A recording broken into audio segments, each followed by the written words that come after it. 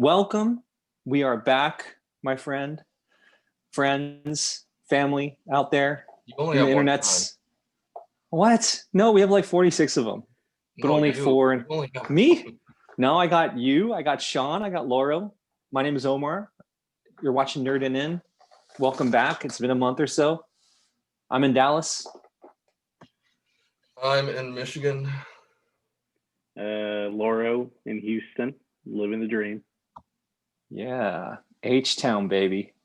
H-Town has arguably some of the best food in the U.S., I got to say. I think I would agree.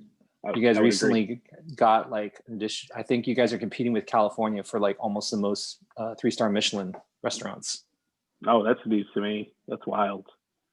Well, Houston's very diverse, but so is Cali. But it's just Houston is so dense. You know what I'm saying? And you get so many cultures right next to each other. It's wild out here. I think it's just also the fact that it's just, definitely the microclimate, which California is known as a microclimate, but if they haven't been to Houston, they don't really know what microclimate is. Like you guys have ocean, swamp, river, lake, a lot of swamp, but. All right, I didn't know that. Yeah. No, it gets pretty swampy during the summer months too, so it's pretty wild. Right now it's actually chilly, thank God. Beyond that, though, I mean, it's been 80, 90 degrees in November. I'm wearing shorts, so due to the swamp. It's not usually like that, is it? What? It's not usually that warm in November. Yeah, yes, it is. It is? Okay. Yeah. Oh, yeah. A few years ago during the Thanksgiving parade, I was wearing shorts and a t-shirt because it was 82 degrees at 8 a.m. So. Yeah, that's a little. That's insane. Yeah, I mean, I'm still getting used to the Texas weather, just the extremes. Like the fact that this morning when I walked to work, it was like 8 a.m. It was about 45 degrees. So I had to have some kind of jacket on. And then when I was leaving work around 6 o'clock, 5:30, it was like 70 degrees. So I walked out my jacket, but obviously because of daylight savings, it was already dark. So, and cooler, but yeah, man, it's a lot to take in. Mm-hmm. Yes, sir. Yep. So tonight we're going to be talking about a lot of stuff because obviously we haven't seen y'all for a minute.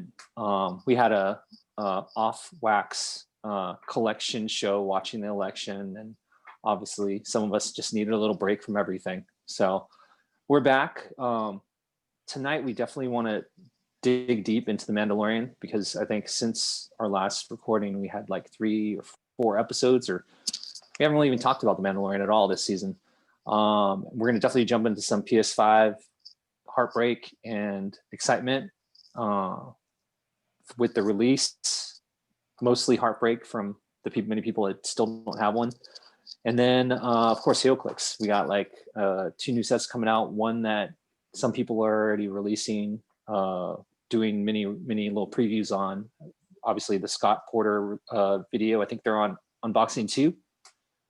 Is that right, Sean? Yeah.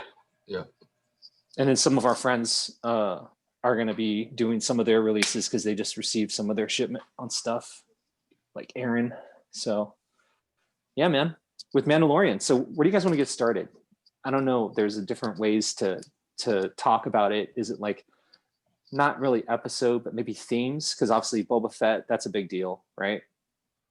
Because it is Boba Fett from not the last episode, but the episode before that. Or is it still a question that it could potentially be just? Was it the first episode? Yeah, man. Yeah, we're in episode 3 now. Oh shit! Is episode 3? Yeah. Oh, okay. Yeah, so in episode, what is it? I don't know, 9 or 10. Episode 1 of season 2 opens with Mando hearing about another Mandalorian back on Tatooine. So he flies over, he meets that lady with the pit droids again.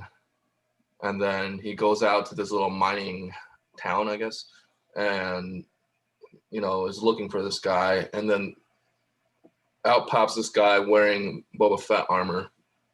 And it is none other than Raylan Givens himself, Timothy Oliphant. So you get like a true Western with an actor known for Deadwood and Justified. And they get the townspeople to team up with the Sand People, who, both factions hate each other. And then they go and confront a giant, what kind of dragon is that? Great dragon. Yep. Yeah, so they go and try to take down this huge beast. So yeah, it's a cool little episodic adventure. And the effects were really good for the dragon. They put some money into that. Yeah, I would say that was like a top quality episode, like movie type stuff, That was hella cool. Agreed. Yeah, they definitely put money into it. Agreed. Over and over and over again. I feel like the fact that they're able to, again, use the awesome device of, having just an incredible actor paired with the Mandalorian, who doesn't really often get to take his mask off. You really get to see the character interaction, no different from last season with Apollo Creed. I forget the actor's name. Do any of you guys know the actor's name? Carl Weathers. Carl Weathers. Everybody knows Weathers. Okay, everyone but me. Right now, I just don't remember names very well. But I think it was dope because it created this kind of mythos towards like the armor, towards what the importance of what a Mandalorian is, but finding out that, at least in that episode, he was right. The mask came off. He's like, "You're not a Mandalorian." So. Yeah. No, what I love about the episode is they took the whole the Western trope. These townspeople who've been victimized by this massive monster, and they have to get along with the Native Americans. With the Native American Sand People. It's like, we don't like them, and then the other one, you know what I'm saying? So it was so cool though. And then that crate dragon, acid spit, eating people. Oh God, such a good. Yeah, and both of them flying around trying to shoot at the dragon. That was cool. And also, I want to dig a little deeper in there too, from a social standpoint. How Sean always says that Star Wars is the most racist sci-fi. They're working on correcting that with the Mandalorian. Obviously, with Din Djarin, like, kind of being this voice of the Sand people / Native American people, and just it creates a whole different look at who these people were, because obviously what we've known of them is they're these savages, right? Another term that's used towards what was Native Americans, but sadly those damn settlers were too good at killing them all. It was solid. It was action packed. It was definitely eye candy, but just, again, so many different things to unpack. I love Sean. Go ahead. Yeah, at the end of the episode, we got a little tease of a certain someone who was not happy that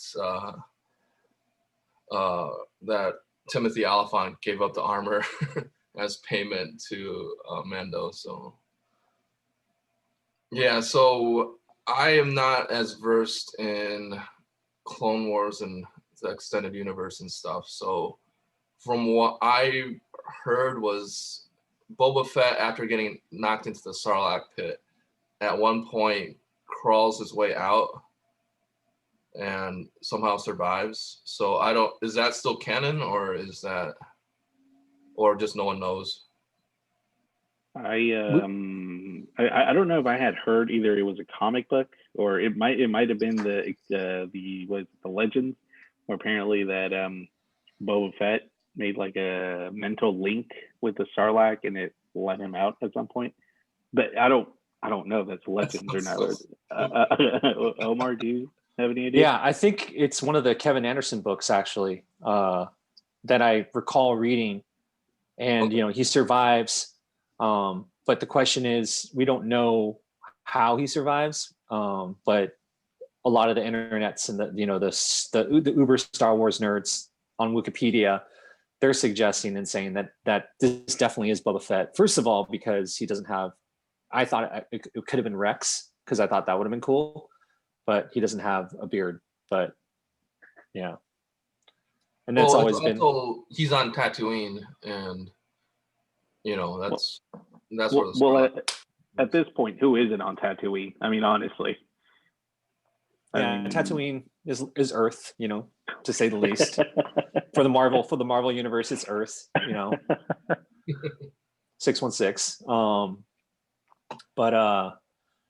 Yeah, man, that episode was so awesome. That was episode 1. Mm-hmm. That was episode 1. So yeah, that was only episode 1, man. Oh, and that was a great way to open up the season, to see some fan favorites. Oh, another thing, like the bartender that was in the episode was I think the bartender from Deadwood. So they did a little mini reunion with some Deadwood alumni. Oh, which is wow, cool I as didn't hell. know that.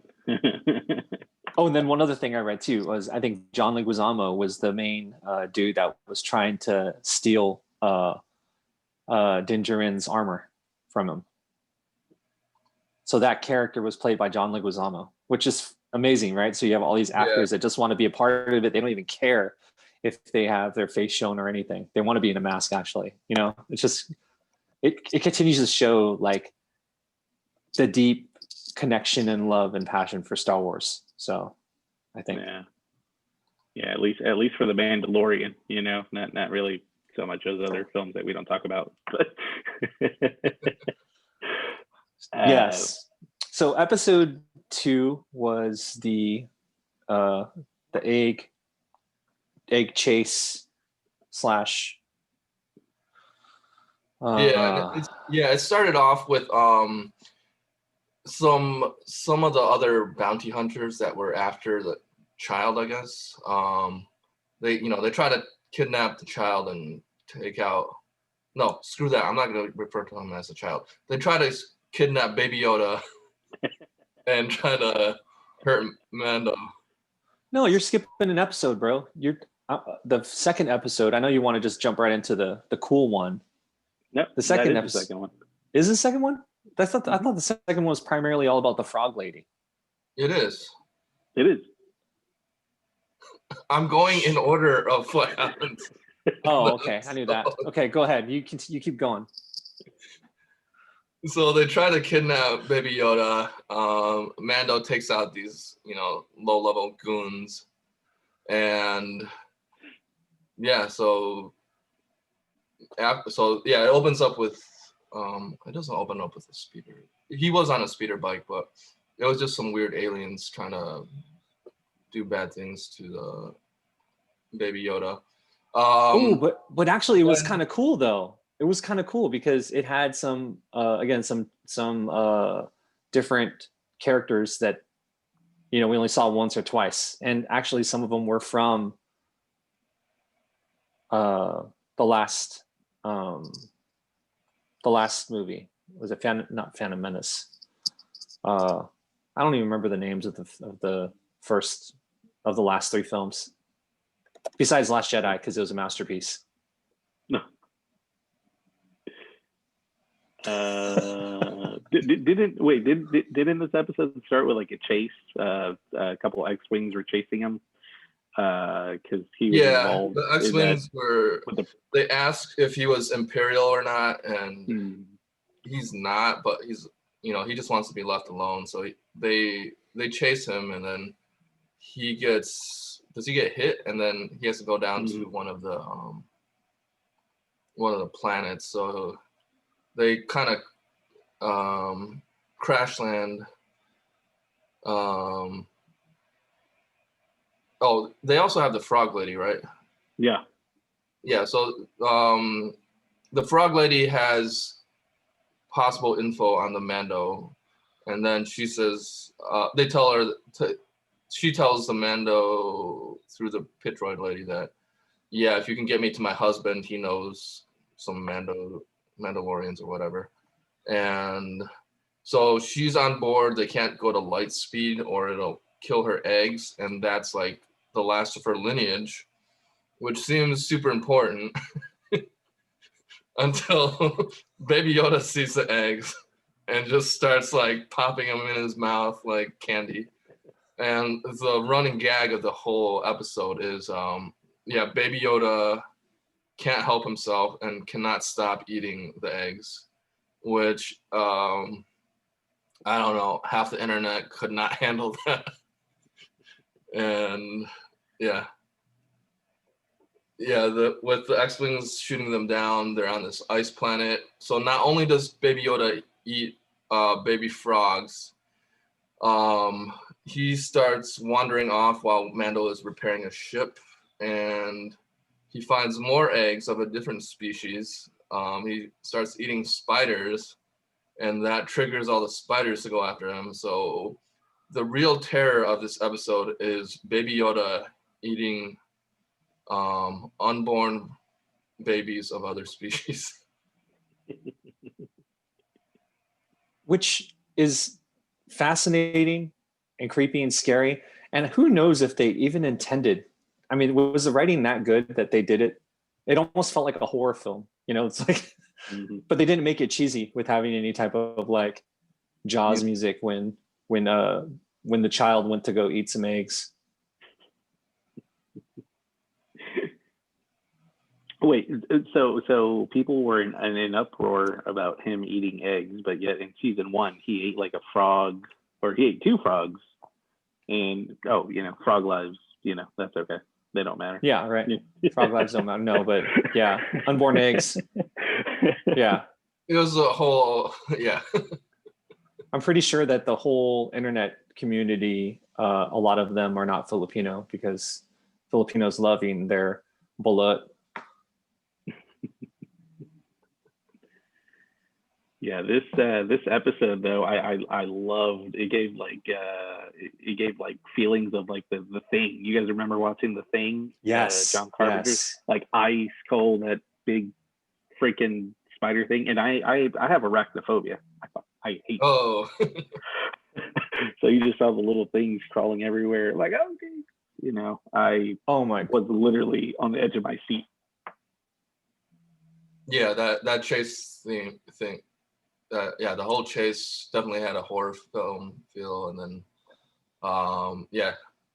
it definitely, the creature design is creepy, like just the mouth on the on that spider is something about it's wrong.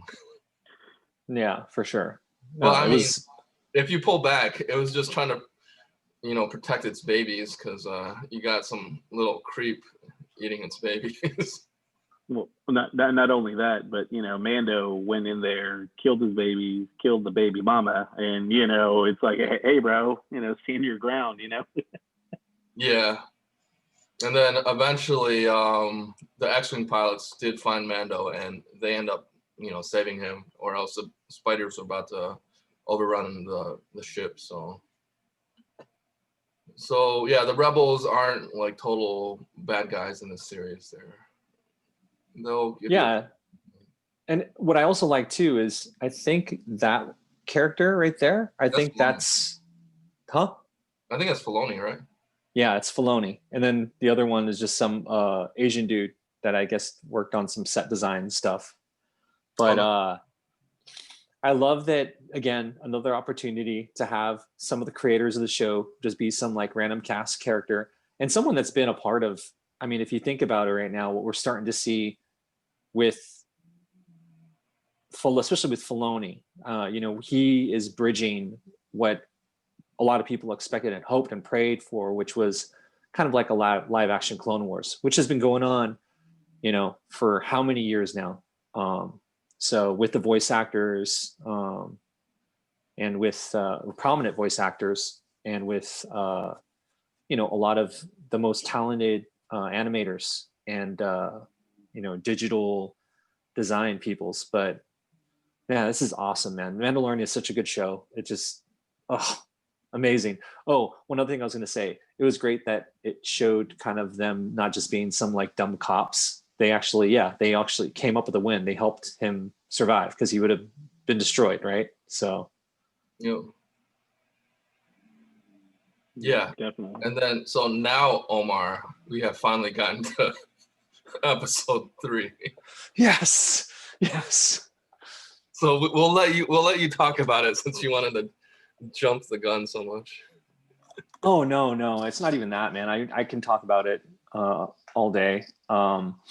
It's just so much more than I expected. Like, I knew that we could potentially see well, we knew already that Katie Sackhoff, who originally did the voice acting for Bo-Katan.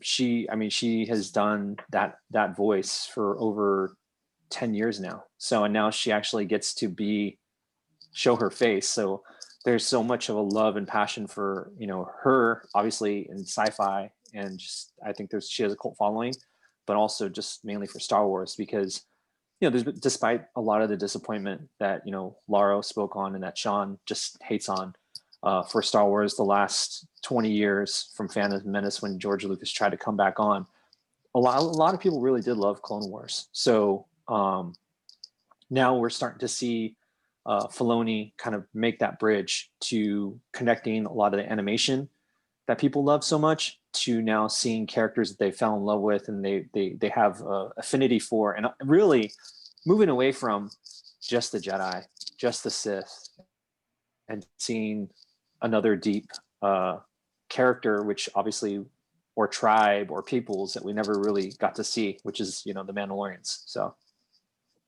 yeah, so episode that's starts off Go with ahead.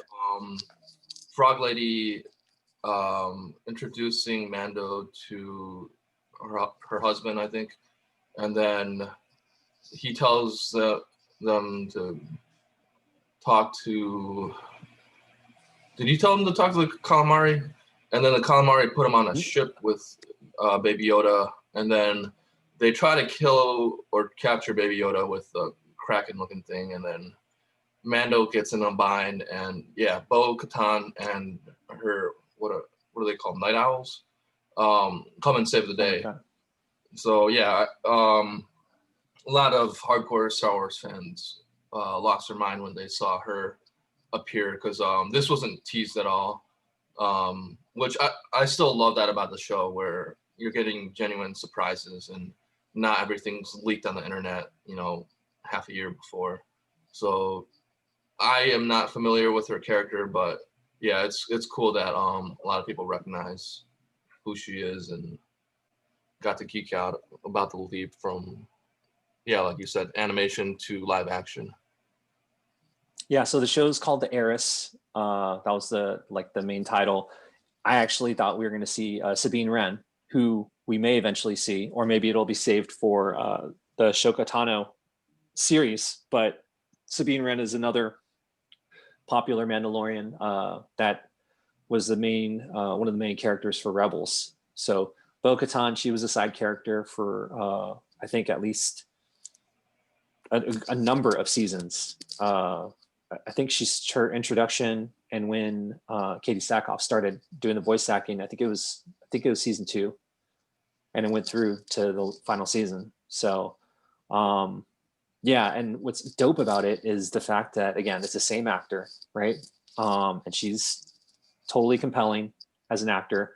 The Sasha chick, obviously combining worlds with WWE and her stardom. I mean, she's pretty much like, some people like rock, femme rock or whatever, just like from her charisma and her ability to kind of like come into acting, which obviously we'll see. But she was good in all of her lines that she had in her action. But damn, this episode, I think actually those are the main cruiser that they're in when they're trying to sack the ship and pull all those weapons off. Those are the main transports that all the clone troopers used with Yoda and back in the. So it really resonated with a lot of for myself, Clone Wars fan, but a lot of people that watch Clone Wars. So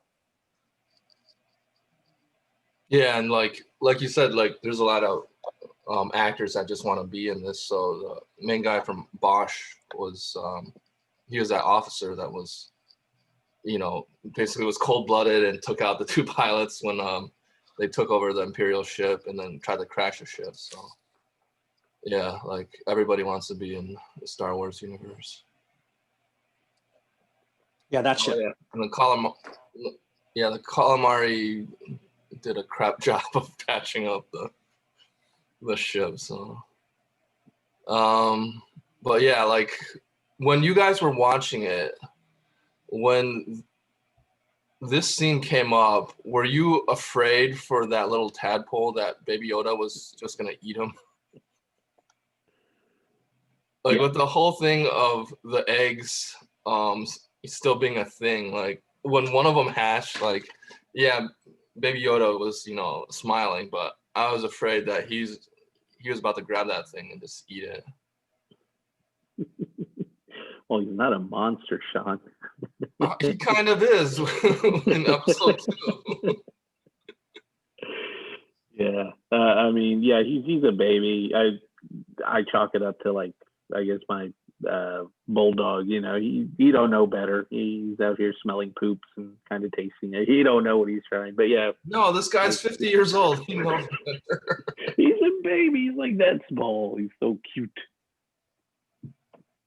Yeah, I don't know. I can't trust him anymore. Yeah, he's definitely got problems. He's always hungry. He loves eating food really fresh. Maybe he didn't need to eat it because you know, it was already past the point of its ultimate like flavor and freshness for that egg. Yeah, So. and it was funny because like that little octopus like was on his face, like, and then at first I'm like, oh no, is this gonna hurt him? And then 2 seconds later he's eating it, and then same with the crab thing that tried to get him at the end of the episode. Like, well, that's he eats everything. Have you guys ever eaten live octopus? Not live. Never live. Yeah, I have in Japan. So very similar to that scene where he had the tentacles like still kind of plucking onto the face and the mouth. Like you just gotta suck it in. Yeah, it's pop them brains. No, but I mean the action was amazing.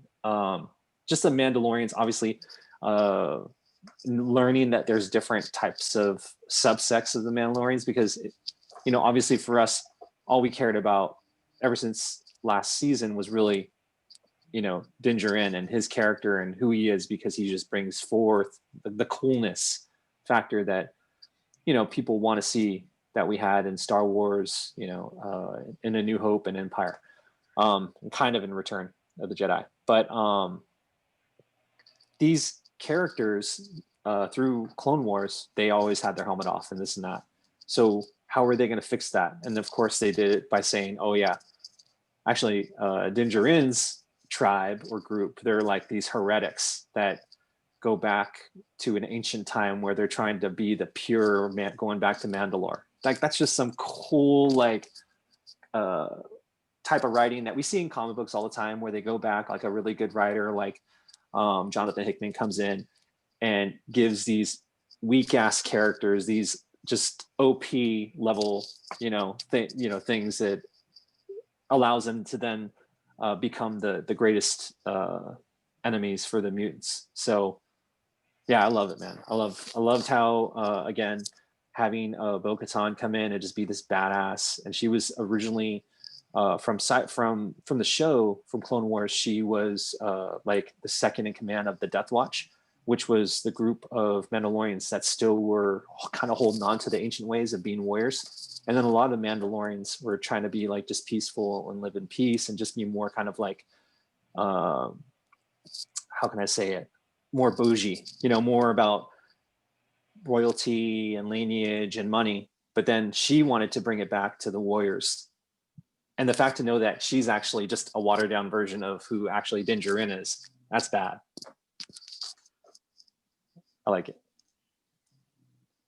Yeah, and like Katie Sackhoff just always seemed like someone that is believable when she does action and stuff. Like I know her from Battlestar, and she was great in that. So yeah, she's a complete badass.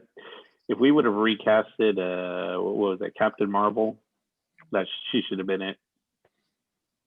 Yeah, there were a lot of like not rumors, but like fan hopes that she would have been cast as that role. And yeah, she's just so much more charismatic than Brie Larson as a superhero too. So Agreed. She's so pretty. Brie Larson's just so nice to look at. I'm sorry. I'm not hating at all. Yes, so definitely with this episode, I mean, the way they just, again, you can't expect anything less from Jon Favreau, who in a lot of ways is seen as really the godfather of the MCU with Iron Man, right? So really going to comic accuracy, really going to the storyboards, using the original art. I mean, what makes Mandalorian so good too is they're going back and they're using a lot of the old, who's the original, one of the original, he passed away maybe like 2 years ago or so, but he was the original like storyboarder for the first Star Wars. Oh, what is it? Ralph something? Ralph McQuarrie? Yeah. Yes. Ralph McQuarrie. So you can see a lot of the characters they're used, like the spiders, obviously bringing back, the dew, what is it called? The dew, those big creatures that they walk the sand with, dewbacks. Yeah. Just seeing all of those other cool like CG characters or puppet characters, and that really brought all this to life, but again, within a Western setting, very, even with the score, it's so Western. It's so like, what is it? Like any of those old Italian Westerns where they have just this soundtrack. Spaghetti Western. Yeah. So good. Yeah. Oh, of course, we're gonna freaking see Ahsoka Tano, I think, next episode. So it's just, the stakes just keep getting higher with every damn episode. It's just incredible. Like, I love it. Yep, we'll finally get to see Rosario as Tano. Yep. All right, I think I'm running out of pictures. That's all good. We don't need the pictures. Yeah.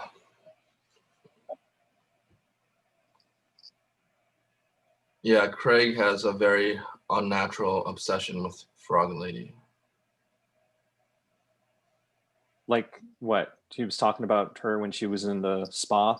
Yeah, he would not stop talking about that for like a week. So Craig, I know you're a therapist. Just get some help. Hey Laura, I don't think I ever asked you this before. Where do you rank Mandalorian with all the Star Wars types of films and TV shows and whatever? It's up there. It's so let me break it down. Empire, what is it? The episode 4, Mando. Yes. The entire Mando series. Then I'll give you Revenge of the Sith and just The Force Awakens and everything else. Just like a mile of crap and everything else. We appreciate your honesty, bro. I mean, if I get some haters, I get it. But listen, I wanted Star Wars to be a thing, and then going in to watch The Phantom Menace in 2000, what was it, 2000 when it came out? Just a kid, so excited, and then it starts out with like talk of declarations and trade federations. I'm like, the fuck is this shit? It didn't really ramp up until the Revenge of the Sith. I dug the Clone Wars, but it's what was that guy who played Anakin Skywalker? He was just Christian Haydenson. So what? I don't know his name. Yeah, Christian Haydenson or something. Yeah, he was just so bad. His acting was so goddamn stilted. I mean, me as a jaded teenager, and this guy saying, "Oh my God, I killed younglings." I'm like, okay, bro, you know. I've seen stronger acting in like a wooden cardboard box, okay, or wooden, or just cardboard box in general. You know, it's just, no, Mando, all the way up there, man. This is canon. This is canon. They're actually digging deep and they're pulling out references, which is pretty dope. Are you along those same lines, Sean? Yeah, I would put Mando up there with the original trilogy, and then probably Rogue One after that, and then Force Awakens might be up there with the prequels, and then the other ones are just bottom tier. No, oh my God, I can't believe I forgot about the Rogue One. That's Star Wars right there, you know. Well, Rogue One was a masterpiece. It was so good. Oh my God, yes. I mean, that was literally a war, you know, and you see these people, they're just regular day people fighting for their right, and you don't have these Jedi or lightsabers and all this magic stuff going on. That was dope. So that would be number 5 on the list. Yeah, I feel like there was really true stakes in that film. That's what made it so good. It was like characters, maybe some characters that kind of had a feel or vibe towards, you know, being scum and villainy, but otherwise, like you said, you know, it was just kind of like a heist film or something, you know, and the stakes were real, like they all died. And it would, again, connected back to, A New Hope, where it said, oh, we lost everybody. I mean, it was that one, thing that was so important that they did. And of course, yes, with probably the best Darth Vader scenes ever we've ever seen. Hands down the best. Yeah, I mean, when they announced the prequels, like that's what you were expecting to see, is like, you know, Vader mowing down all the Jedi and stuff like that we heard others allude to. And we got Hayden, and we got him killing babies, little toddlers. That's just a disappointment. which is interesting because, like, you know, again, George Lucas, I think when he took over the prequels and he was doing a lot of the writing and also doing some directing, or at least a bit, just had his fingerprints all over everything. He was saying he was making it for his grandchildren. But why would you be making it for your grandchildren if you're like doing some of those things? There's just way more creative ways to show how Vader could have, been slowly moving over to the dark side, which again, I don't feel that negative about the prequels like you guys do, only because Palpatine for me was just showing him, he was amazing. Like Ian McDiarmid was just fascinating. Of course, Obi-Wan Kenobi, with Ewan McGregor, that was a big thing for me loving the prequels, was seeing Obi-Wan Kenobi fleshed out by a solid actor. Of course, Count Dooku, he was badass. I feel like the villains it showed a lot more, unleashed all that. I can really care less about a lot of the Jedis, to be honest with you. Of course, Mace Windu was dope, but I loved him more in Clone Wars for a lot of reasons that you'll feel the same way about it, Sean, once you get into it. Did you watch Clone Wars, Laurel? I'm trying, man. I'm still on season 1. Season 1 is so bad, but you have to get through it. I am there too. I'm halfway through season 1 and I'm stuck. And I'll be honest with you guys. No, seriously. You guys don't even need season 1. Just jump into season 3 and then just kind of pick up on it. And then you can even go in morsel taste some parts of season 2 that you missed that you want to watch, because a lot of them are made like kind of standalone, but some do pick up different story points. But it's very serialized, where you don't have to watch too much of that. But definitely season 3 on, that's when Filoni really took over. That's when I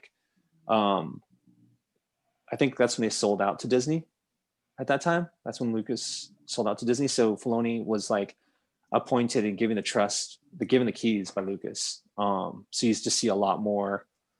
You move away from just Obi-Wan and Anakin, but Anakin was dope actually through Clone Wars. He was amazing. You get to see like how his character was heroic, even though he still made some bad decisions through that time, and definitely not as annoying as Christian Hayes. The voice actor for Anakin was pretty good, because it wasn't Christian Hayes, right? It was someone else. No, I don't think any of them were. It was the guy that did Force Unleashed, and he also That's right. He did the voice for the Emperor in Clone Wars also, or Palpatine. Yeah. Well, I was gonna say, but then they really moved over to Ahsoka Tano and all the other side characters that they knew. That I think maybe Filoni knew he potentially had the ability to, get those characters to have their stories told, because for obvious reasons, Anakin, Obi-Wan, actually no, the Obi-Wan series it's green lit, so I think they're working on the writing. They already know the director, but I'm excited about that too. So they should have a running gag in the Obi-Wan series where every time he's trying to take off in a ship to go off world, something goes wrong and he crash lands back on Tatooine. Well, he doesn't like to fly. He's not a pilot like Anakin. That's again what makes Anakin dope in Clone Wars. So, and of course in the prequel too. If you guys watch the prequel without dialogue, like watch it just in the background, you'll think it's a real pretty film. They did some things in that movie that they don't even do anymore, like using actual paintings like as backdrops, because obviously with green screen technology, you don't need to spend that kind of money to have people do these kind of like large scale paintings and shit. But yeah, I don't know. I appreciated the prequels for what they were. The writing sucked, the script sucked, but some of the actors were good. The General Grievous was one of the dopest things to come out of it too, and also, by the way, Genndy Tartakovsky's Clone Wars is not to be overlooked. You can only find that on YouTube right now. So like that one, that was it was on Cartoon Network for 2 seasons. It was like 15-minute long episodes. Yeah. Bro, but that's where the money I like that a lot. So after seeing that and then trying to get into the current, well, not the current, but the Clone Wars afterwards, the 3D one just, I don't know, was not as cool. At least season 1, Omar. I'll give it a chance. You bastard.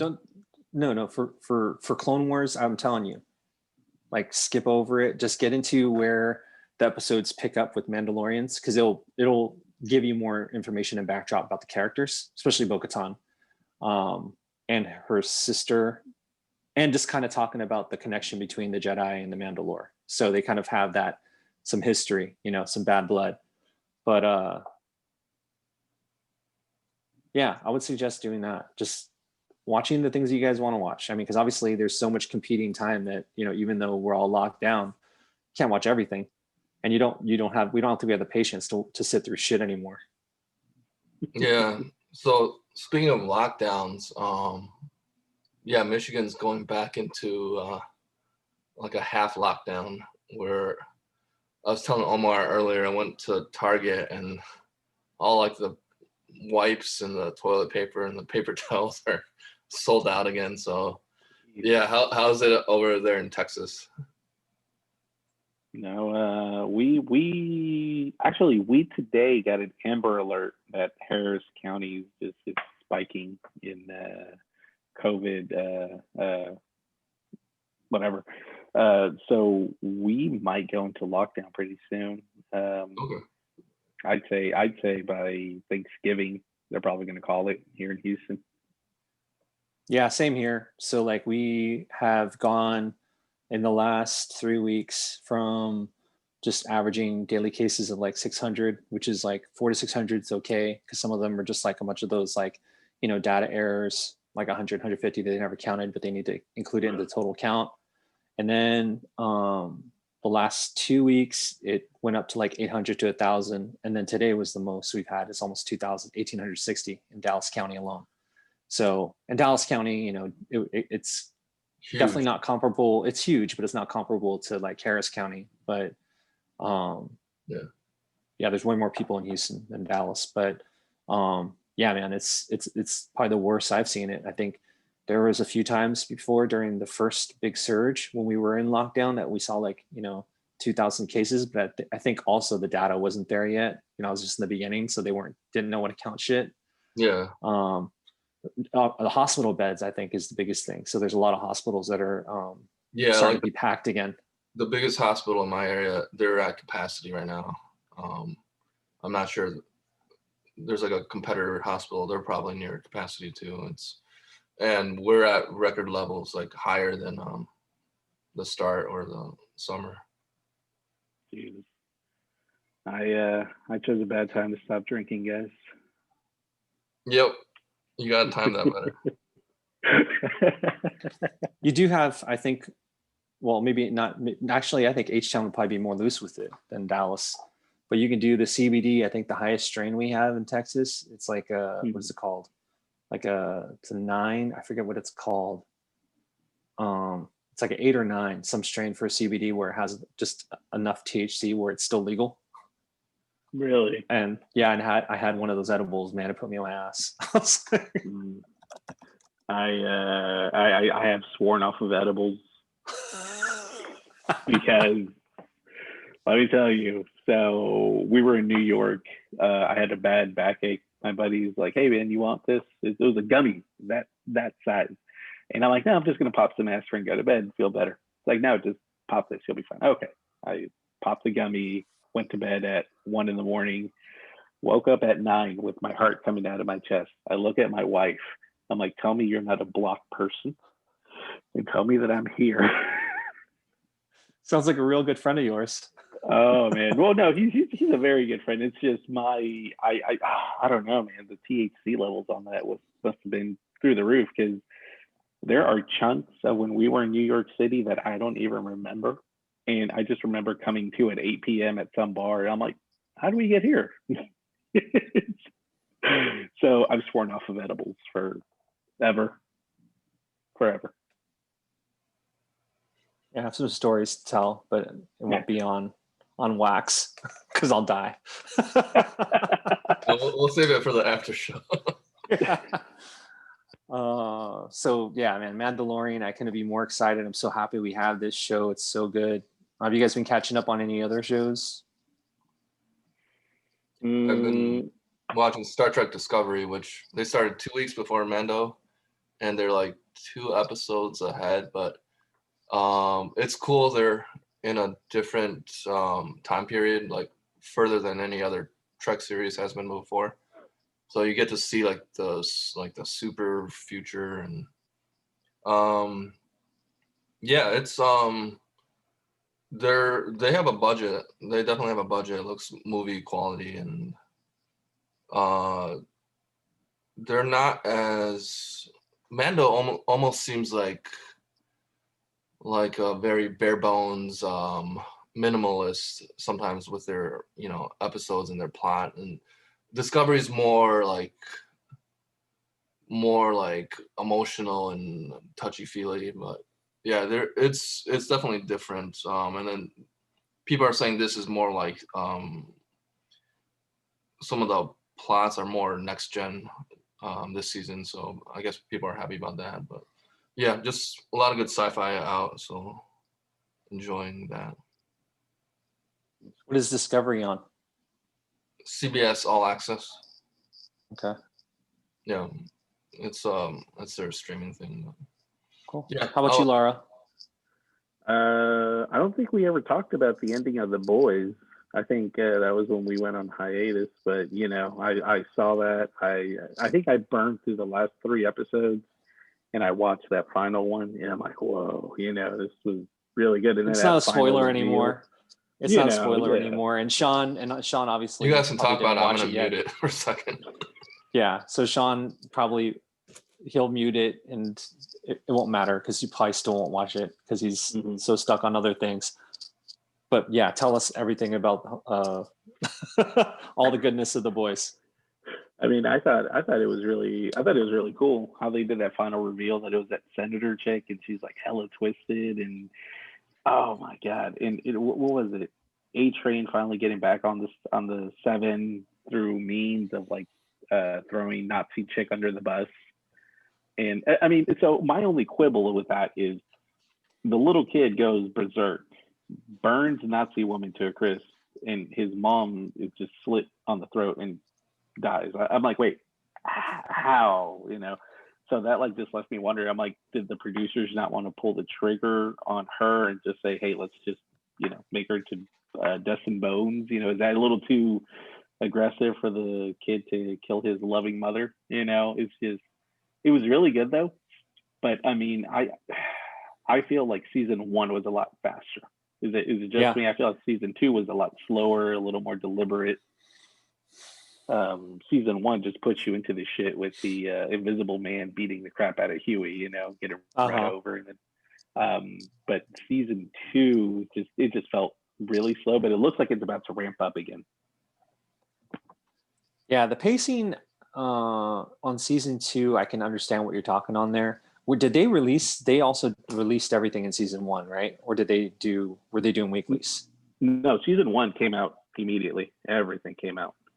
Yeah, I think that's something that they did, which also can create that feeling. Because for me, I think when you're used to binging and you have all your episodes up, it's a whole different beast, right? And we get to talk about it, you get to roll through it, you get to feel everything. It's like when you read a comic book and then you have to wait 30 days and you forget what the story's about, or you forget, or you miss a book, you know what I mean? And it's just how it goes with like episodic storytelling. But no, man, I loved Stormfront. She was so badass, but just like Homelander, like a character that you love to hate, so deplorable, like a straight Nazi, like the fact that she was a Nazi, but she reinvented herself through the ages. Like she was, for the most part, kind of like the worst thing that can happen to, like, say, Captain America, and any of those Elseworld stories, Yeah, no, I agree. She went from what was it, being the wife of the guy of, what was he? Vought. The inventor. Vought. Yeah, Vought. Yeah, to being some SJW who does memes, for alt-right or some damn thing. It's just, it was so good though. I mean, I hated her, but I loved that I hated her. Kind of like how you hate like just villains. You some passionate hate there, not so much between what was it, Homelander and her. I don't know what that whole sex scene was about, but that was amazing. strange. I loved it. I love the song though. I love that they put Aerosmith in the background. Don't worry, Sean. You can unpause. We're not spoiling anything anymore. But yeah, obviously homelandering all over the city. That was amazing. Yeah. So, and for anybody that's watching, you could say that, and you just slide that right in instead of using some other forms of language like bukake or. No, I loved it. I'm with you. No, I'm with you. I love The Boys. I can't wait for the next episode or next season. Definitely, that character in that reveal was dope. Just because of the timeliness of it too, right? So it's not like when that book was written, obviously they made it more of kind of like an incel or some like weird dude that is like crazy, but maybe he's not crazy. You find out why, and actually they twisted it and made it that character. So right. Yeah, no, they did shy away a little bit from the source material, but I'm okay with it. I mean, For sure. it's appropriate for the age. You know what I'm saying? Totally. Yeah, because we've been paying so much attention to politics and shit. So, what did you call her before? Budget AOC? Yeah. Is that what you called her? AOC. Did you call her that, or someone called her that on the pod? I forget who. I was like, you know what? That's actually a real good name. That's a real good name. For me, I've been picking up on HBO Insecure. So like, it's with Issa Rae and Yvonne Urgi, two Haitian African American comedians, and then they have a bunch of other comedians, all female comedians. Amanda Seals, and then it's 2 or 3 other, but just like excellent writing, excellent storytelling. I think it's all done in LA.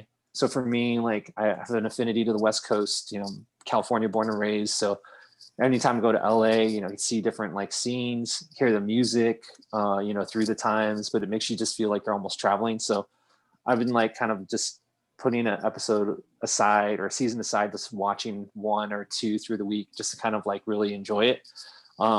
But because I went backwards. So I found out about the show like on last season, which was 4. And then I went through it. We went through it real quick. I mean, Shonda and I, my fiance.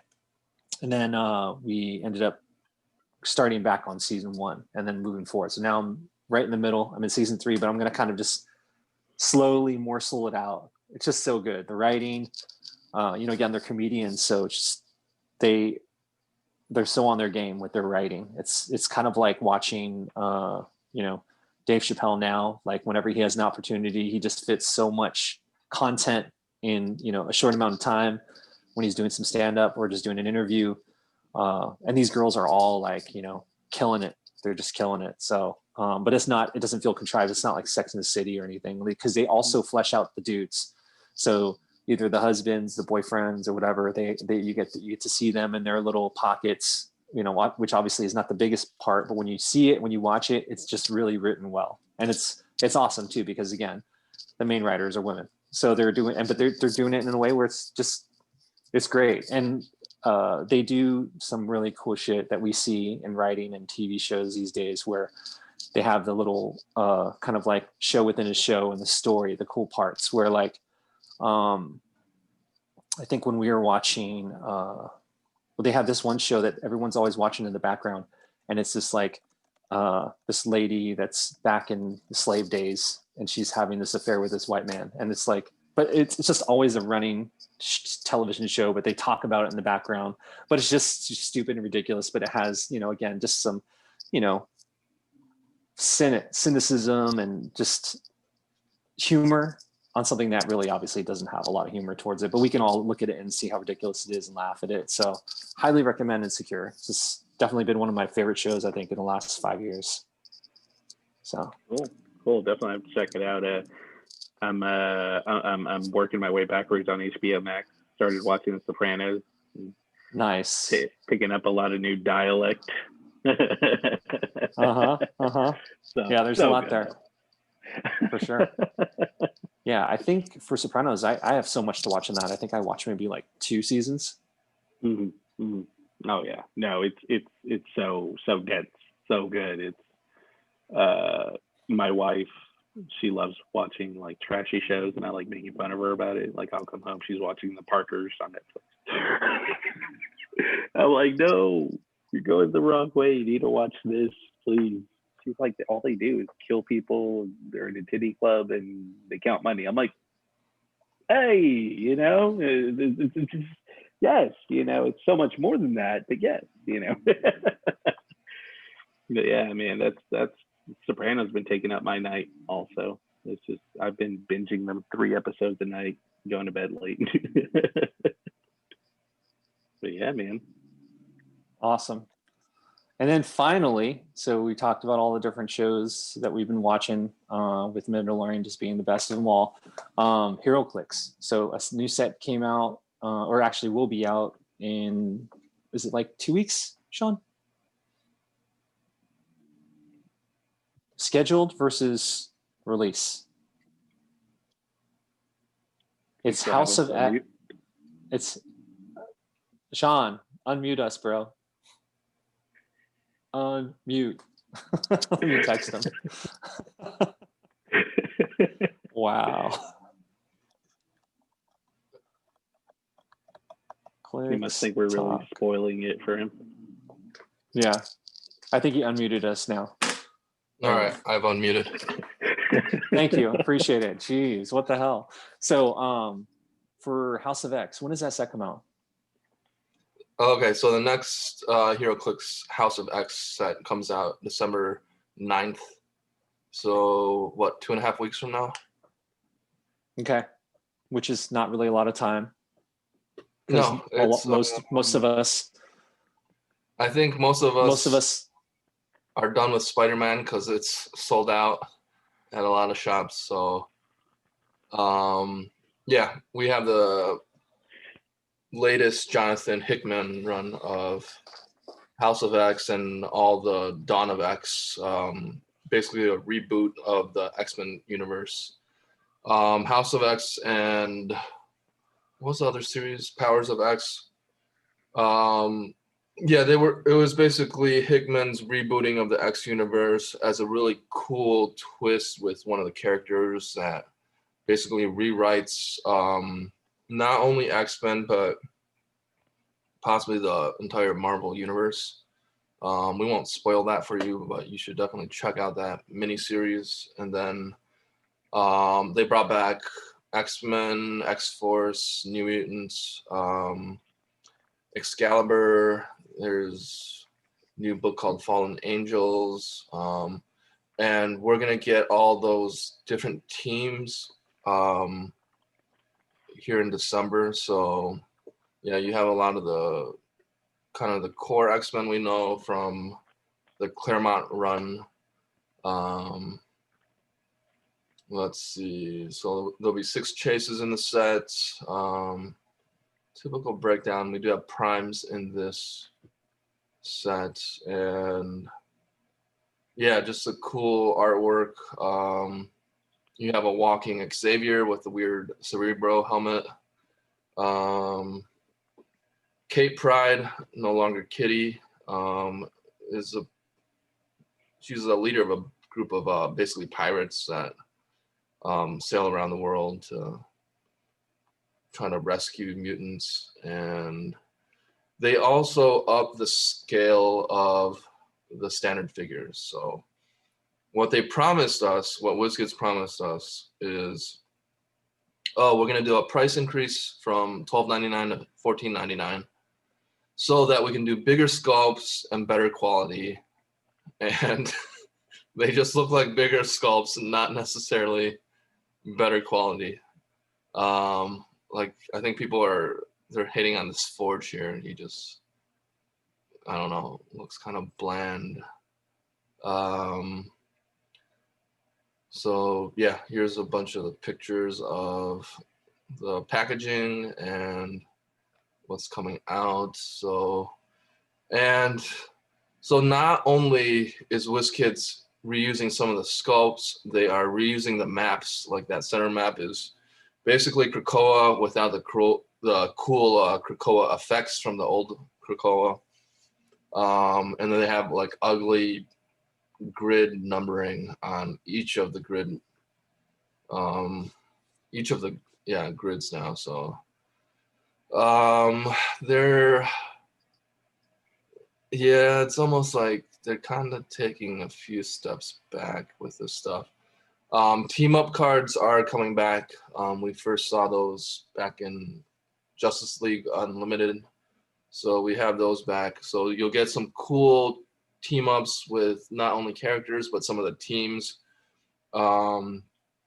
Scott Porter pulled a team up card with some of the future X-Men, the X to the third power. So 1,000 years into the future, you're going to get one of the team up cards with all the Last Stand mutants fighting Nimrod. So got some cool stuff going.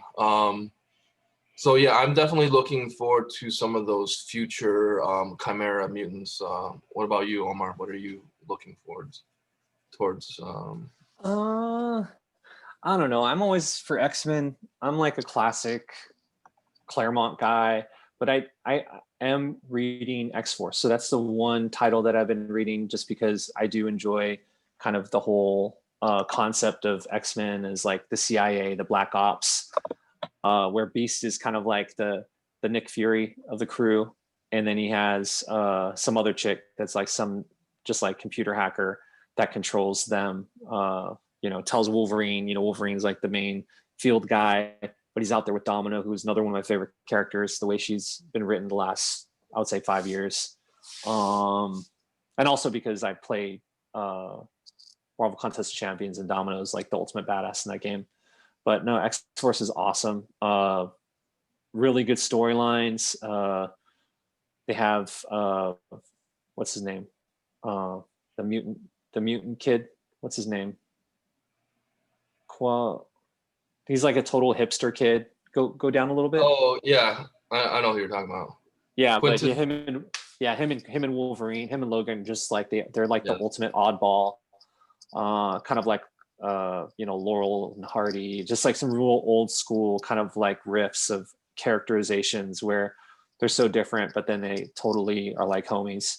Like I think he first appeared in the Jason Aaron run of Wolverine and the X-Men, where Wolverine became the headmaster of the Jean Grey School of Gifted Youngsters or whatever. And then eventually I think he gets the Phoenix Force at some point. Yeah. But yeah, Quentin is he's such a cocky, arrogant, like prep school kid that is like an Omega level mutant, I think, or something like that. But they do so yeah, like you mentioned them being kind of the CIA of the new Krakoa nation. But that is one of the traits in HeroClix where mutant CIA, they all get like stealth and they can see through stealth. So that's nasty. Yeah. So great. I see myself, because for Clix, I mean, for obvious reasons, there's so many of these sets that come out. I just can't buy them all. So I focus on the teams that I'll play. I'll play X-Force. I'll play some X-Men. Obviously, I gotta get into some of the Brotherhood of Mutants just because I want to still use the Jason Wingard and that Black Queen piece. That combo is still so good. Black Tom, he is awesome in this book. He's like probably one of my favorite characters. He said, and you can find him in all throughout any of the X books because he's like the main. He talks to Krakoa, so he's like he translates for them like how the island feels and other things. So it's kind of he's just a psycho. He's amazing. I never would imagine. That's what I love about what Hickman does. The world building. He comes up with these concepts and ideas where actually, the mutants really are against humanity, but humanity still needs something from the X-Men or from the X-Men, from the mutant population, because thanks to Krakoa, they're going to be able to like cure all these, Homo sapien diseases that don't affect, Homo sapiens. So Laura, are you familiar with the Hickman reboot? I heard about the Hickman reboot. I didn't get into it, but I do have the entire, the paperback in my Amazon wish list right now. So it looks really good. It really does. It looks very interesting. It's so damn dense. What is it, like 3-4 books? And then it started with House of X, Forces of X, or some damn Powers thing. of X, So that miniseries, you need to read that miniseries before the whole relaunch. It's 12 issues between they like kind of intertwine with each other. But like it's basically all the mutants are finally on the same side, and then humanity is freaking out because you have anywhere from like the Hellfire Club to Apocalypse and Sinister teaming up with all the X-Men and X-Force and New Mutants. So right, and then there's some shady dealings going on. Like I follow it on CBR, so I read up on the summaries and everything, and it God God forgive me, but that I find it interesting. What is it? Kitty Pryde leading a bunch of marauders, and is there still a baby apocalypse out there too? I don't know. I've read most of volume 1 of all the new titles, but I don't know about that. Mm-hmm. Maybe. Yeah, no, it looks good. It looks very good. It's just very freaking dense, and it looks like I really need to put time and read it. I went so hard on Hickman during when he was rewriting Shield, wrote a lot of the storyboards and scripts that were used in the TV shows too. He's so underpaid. And then what he did for Fantastic Four, which for the most part, he kind of has a lot of the same kind of ideas and concepts, but he plays off it differently. And he has a team of writers that he works with, because obviously it's not just him writing it, it's all these other writers that all have come up with their own cool ideas, so it's just it's dope too that they're still using Marauders, even though before Marauders Marauders, weren't they like the Morlocks? Yeah, I want to say yeah. Yeah, but that they still have Storm that's connected to that. Yeah, man, it's a lot. It's a lot to read. So I followed those two storylines that he wrote, but then when I saw he was gonna do X-Men, I was like, nah, dude, I'm not gonna jump down that hole again. Because then you just get whether it's books that you read online. For me, I still get the original weeklies, so I would have 500 books that I read and just go in a bin and I don't touch in a while, and then I just sell them later. I'm like, I don't want to deal with that. Yeah, and I think one of the cool things that Marvel is doing also is they're releasing trade paperbacks, but sequential of the 3 series. Mm-hmm. So I'm thinking about going down that route, but Jesus Christ, it's only 2-3 issues per book in that trade paperback. I'm gonna lose a lot of money doing that. So I'm just I always say in a group chat, I do use my public library system, and so our library, since I'm in a capital city, there's a bunch of branches. There's 8 branches, and then they do have a Hoopla account, and so I've read all House of X and Powers of X I bought, and then all the volume 1s, they have them on Hoopla, all except for X-Force. So I've read, Excalibur, Fallen Angels, X-Men, New Mutants. And so I got to read the volume 1 of all these new series without killing my bank account. So any listeners out there, your library probably has some kind of subscription to Hoopla. And then some of our other members, I think Chris uses Marvel Unlimited. And yeah, it's, 6 months behind? It's 6 or 3 months behind, but I'm not sure. Yeah, you can get the runs of all the series there too. And it's, $6 or $8 a month? Yeah, I think the last time it was $6.99 or so. Yeah, so yeah, Laura, if you don't want to break your bank account and digital is okay with you, you can read stuff on your iPad, which is kind of cool. Yeah, no, that sounds the way to go. I just have so many streaming services, and then yeah, I mean, this is basically like a streaming comic service. If you use Hoopla or Marvel Unlimited, yeah, I'll still buy floppies. If there's a variant cover I like, I'll go pick it up. And then so I'm still supporting my store, but yeah, for just volume reading, I'm doing it on the iPad. So obviously with us being in the second spike of COVID, and obviously we saw that movie theaters have closed down again. So it looks like there really is going to be one medium, right, that we're going to see for the films. And I guess it looks like it's just going to be the streaming. Tenet, did you catch it? Did any of you guys catch it in the movie theater or risk it? No. So I think it's coming out is December 15th? All right. Yeah. I'll pay to rent it. Yeah, for sure. Because I wanted to watch it. I mean, I almost I almost went, but I would have never heard the end of it.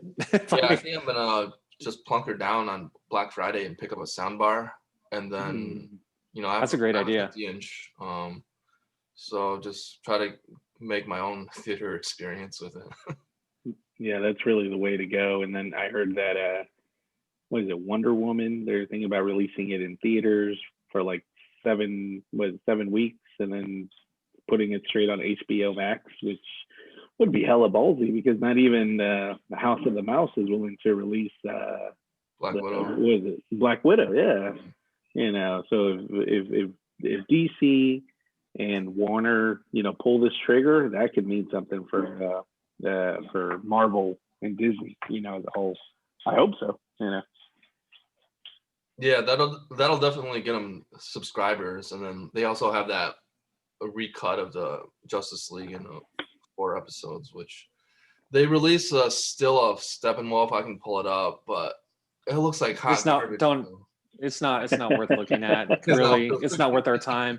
Like, come on, the Zack Snyder cut. Sorry, it's just no. It's still garbage. Just looks like it's still CG crap. I don't think it looks better. It still looks. Can we just agree that Justice League Dark, Apocalypse War, that was the end all for the DCEU? Have either of you guys caught it? It was an animated Yeah, I feature. watched that. Yeah, that one, like, that was high stakes right there. You got Batgirl getting eviscerated and Shazam getting his leg cut off. The real high stakes kind of stuff. Endgame, sand. Yeah, I did not expect that. I just went in thinking, it'd be because Flashpoint was kind of violent and dark, but I didn't know they were gonna go there again, and this was like even more violent and dark than any of their other animated movies. So yeah. No, Omar, if you hated the live action DC universe, but if you catch like from Flashpoint Paradox to the Apocalypse War, bro, that's it. That's all you need. It ends on such a sour note, but it's also kind of hopeful at the same time. Yeah. But I feel like that's what the DC universe should have been, a live action. Sure. But it's really good. I mean, I'm with you, because like prior to just jumping ship off, not even reading many DC, but I still read some Wonder Woman and some Nightwing. Just those are my 2 other favorite characters from that universe. I was really, really big into the animated. So, yeah, well, I'll probably watch it. Yeah, so DC did do another round of firings, but from that first round, you should be happy that Dan Didio is gone, because he was trying to screw over Nightwing like every chance he got. The stupid Rick Grayson stuff.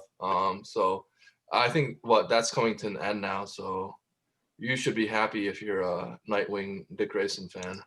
I mean, if he dies, he'll come back again. Whatever. I mean, it's not a big deal. It's comics. But yeah. No, I'll definitely check out that animated. Yeah, that you're talking no, about.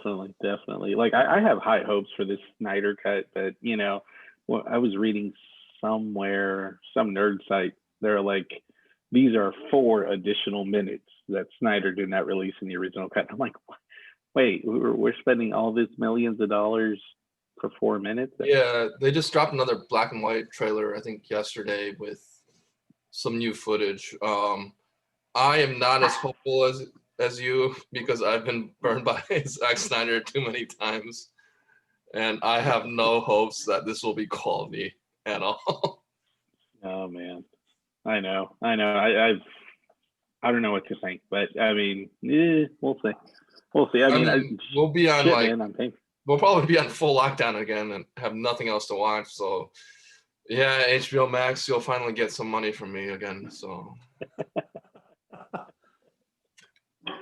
yeah, no, HBO Max is definitely, they're competing for my time with Disney Plus. Yeah, all the Green Lantern Corps, if that's like decent, like that will get like all my attention, because I love Jeff Johns' 2/3 of his run. I didn't like the last Lantern crap or whatever, but yeah, the whole Blackest Night and Brightest Day stuff, and I think I read volume 1 of Grant Morrison's Green Lantern run, so that just has some weird sci-fi stuff. So yeah, they need to put some good writing into that, and then yeah, HBO Max will have my money for like half the year. Just put Greg Berlanti on everything HBO Max does, and we'll be fine, man. I think he really had a real grasp of the DCU. So I mean, we'll see though. Yeah, because I liked Swamp Thing. I liked Titans. I liked season 1 better, and then Doom Patrol is like my favorite superhero show right now. So yeah, if they can do Swamp Thing or Doom Patrol levels of quality, I'm down for it. Yeah, I'm in agreement. It's HBO Max after all. You know, it's people paying what, like $10 a month. I'm not angry. Yeah, it's something like that. Mm-hmm. I'm out of power here. All right, so other stuff in geek culture or just entertainment culture that happened while we haven't been on air for like a month. So if you were fans of Jeopardy or Celebrity Jeopardy, both Sean Connery and Alex Trebek passed, which, yeah, 2020 sucks, man. 2020 sucks ass. Hot dumpster fire garbage. Yeah, Alex Trebek is just, he seems like one of those rare people that even though he was like super famous, he just was really humble and, you know, loved his job, and like people of all walks of life connected with that show. And yeah, it was just a shame. And then I guess a bigger shame was Sean Connery was his last film was League of Extraordinary Gentlemen, which caused him to retire. So a super crappy adaptation of a comic book that caused the first Bond to retire from acting. Yeah. Yeah, the original source material was cool. It's like just bringing together a lot of the old school like monsters, you know, but then making it more kind of like they were organized to take out other like monsters or villains of black magic or whatever. I think it's Alan Moore wrote that. Yeah, Alan Moore wrote that, and he combined a bunch of like classic literary characters like Tom Sawyer and Jekyll and Hyde. Jekyll and Mr. Hyde, and Yeah, like Dorian Gray, I think, and just like a bunch of like, it was kind of like a little, yeah, it was like another Justice League with just basically IP that was no longer owned. It was in public domain. So yeah, I guess that's what we need to do. We need to just write stuff that's not owned by Disney and then go make some money off of it. well, look, after these last DC firings, who knows? Maybe again, AT&T or Warner just say, you know what? Yeah, maybe they will just license out the characters. I mean, I'm sure Disney would love to add Batman and Wonder Woman to their family of Disney characters. So, You want another Amalgam Comics round 2? yeah, why not? Yeah, Especially- I mean that was a shit back in the 90s. That was awesome. Yeah, or whenever they just did the DC versus Marvel, but they put like, you know, whoever was the badass writers or artists at the time. I think that during the late 80s, it was like Kurt Busiek and George Perez. So it was Marvel Wolfman was writing too, or yeah, it was dope. Yeah, no, I did like those comics like Dark Claw and whatever. That's like the only one I remember actually. Yeah, they're all trash, but They are Marvel is better than DC. So yeah. well, Sometimes. simmer down there. So simmer down there. You know, story wise. You know, I don't need to hear about Marvel's all new, all different, brand spanking new, whatever. You know. But like Omar's like a super try-hard woke guy, so that's why he loves that Marvel stuff. Try hard what hole? What try hard what guy? Woke. Oh no, I'm not. Not really. No. But it's really interesting how that whole like woke terminology is used and kind of like in its connection to just like writing stuff based off of, you know, social ills. Like that's, I don't know, it's not woke. It's just, it is what it is, man. Spitting facts. Yeah, it's just that at the peak of the MCU movies where you had like, you know, Endgame going on, none of the Marvel titles had the actual like original characters for the Avengers in them. Because you had like Jane Thor, I don't know if it was Cho Hulk or at that time, but Captain America was Falcon by that point. Riri was Iron Man, and I forget who else is on the Avengers. But yeah, basically no one was themselves from the movies. So I don't know. Just if you're trying to get new people in the comics,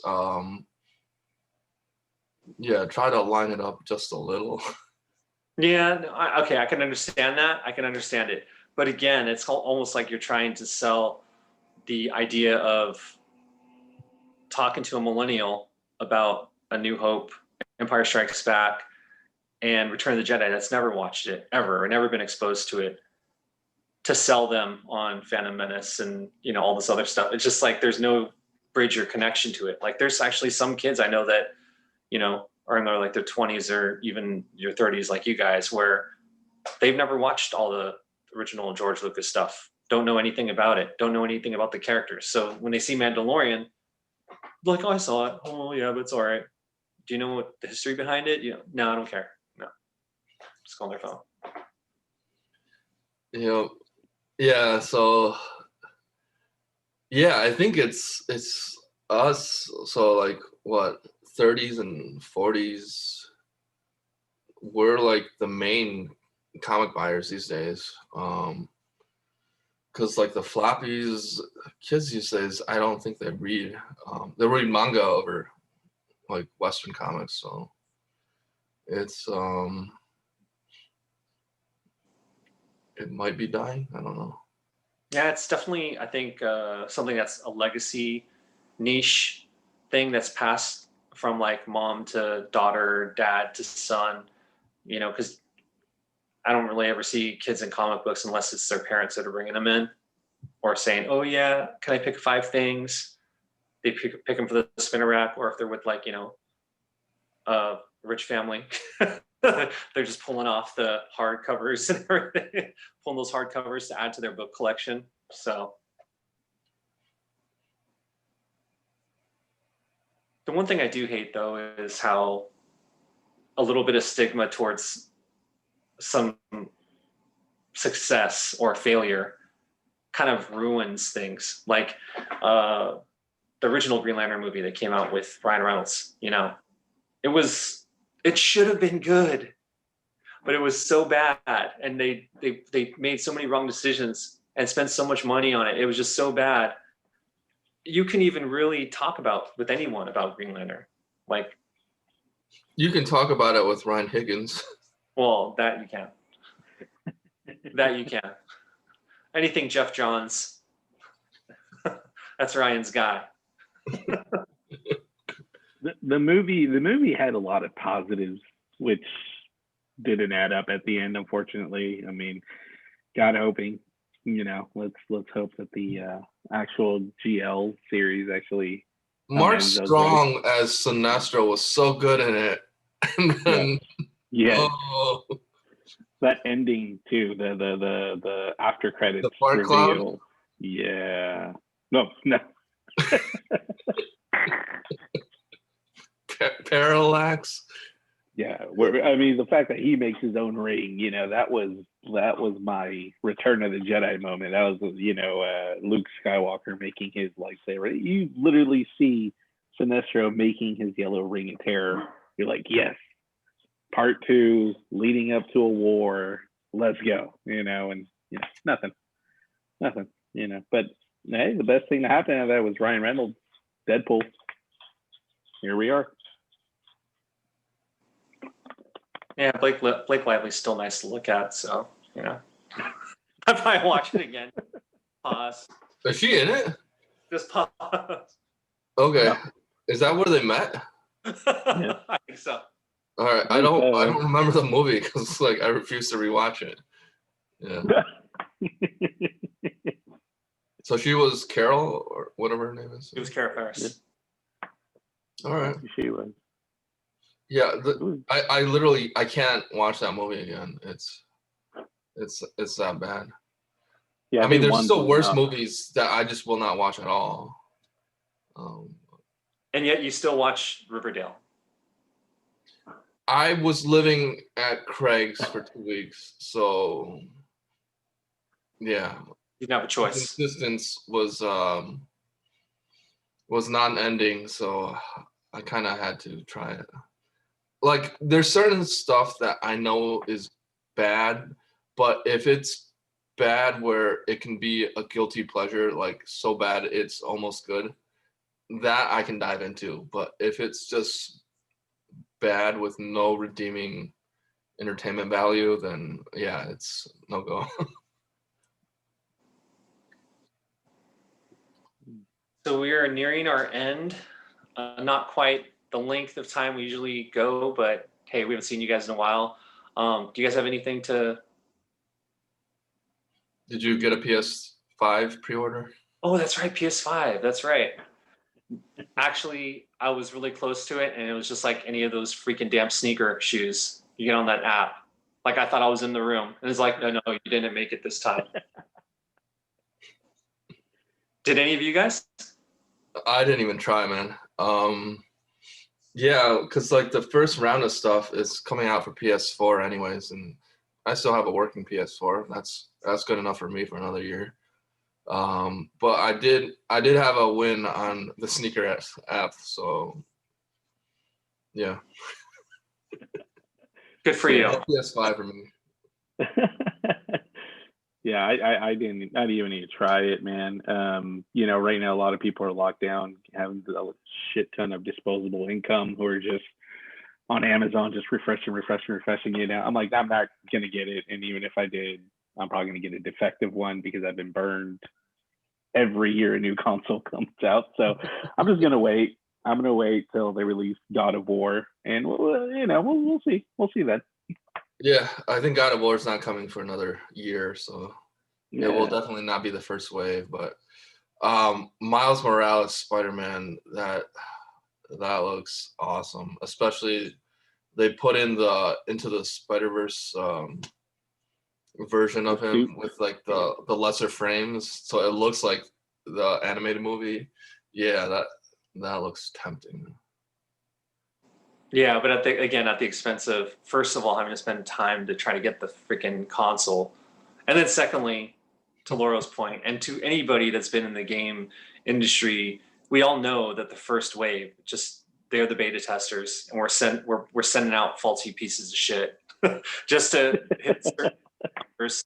Yeah, I almost want them to, well, they'll always come up with a slim version. So this thing's gigantic. So when they come out with a normal size PS5, then I'll start looking into it. Yeah, or for Laurel, by the time they come out with God of War, which is obviously going to be a system seller, they'll have the God of War version, which will be painted with some of this cool little design on it or something. The runes. Yeah, no, definitely. And besides that, the only other game out there right now is the Miles Morales Spider-Man and Assassin's Creed, but it's out for PS4 right now. So, and I still haven't even beat the Odyssey one, So I'm so freaking backlogged right now. Dude, I still have a backlog on my PS2. that's what makes me kind of happy that I've kind of cut the cord on, gaming from that standpoint, console gaming. It was worse than my stacks of comic books, just games that I never was going to finish, because I just didn't have the time for it. So yeah, I still have stuff in shrink wrap. Like my Witcher 3 is still in shrink wrap. Oh wow. Yeah, I got a lot of backlog to get through. So get your life together. if we're in bro. lockdown, I can entertain myself. What's wrong with you? It's Well, when you see stuff like I have a price point. If there's a game that's like a game of the year type or whatever, if it drops below like $15, then I'll pick it up because whatever. That's like a pack of heroclix. It's or two, a good meal. So yeah, I'll buy. Like Black Friday is bad too. Like I'll just pick up stuff that's on sale and then it'll sit in shrink wrap. Doesn't matter if it's a game or movie, it just sits there. $5 Blu-ray, all right, I'm in. Wow. All right, and on that note, I think this is going to be the end. We'll see you guys hopefully in sooner than a month. But yeah, let's definitely get ready for our worst of 2020 editions eventually once we get closer to January. We should also do like right after Thanksgiving, we should do how much weight we gained. Oh my God. Bad boys. This is bad. The weigh-in before and after Thanksgiving, and then how far your belly has gotten after turkey. I don't think the world needs to know about all that information. But of course, check us out. We're on, we record, we put everything up on YouTube through Zoom. You can get a connection to us through Instagram, Twitter, and Facebook. Anything else going on, Laurel, for any of the stuff you're working on locally in H-Town? Nothing. A couple of bars opening up. Brian Chain's newest bar, MLS Superstar. It's got a nice little East End bar if y'all want to check it out there, before COVID hits the fan. So definitely check it out. And if not, just follow me as I try to make it through sobriety at cheeky_bastards. See how long I can take without drinking a cocktail or a beer.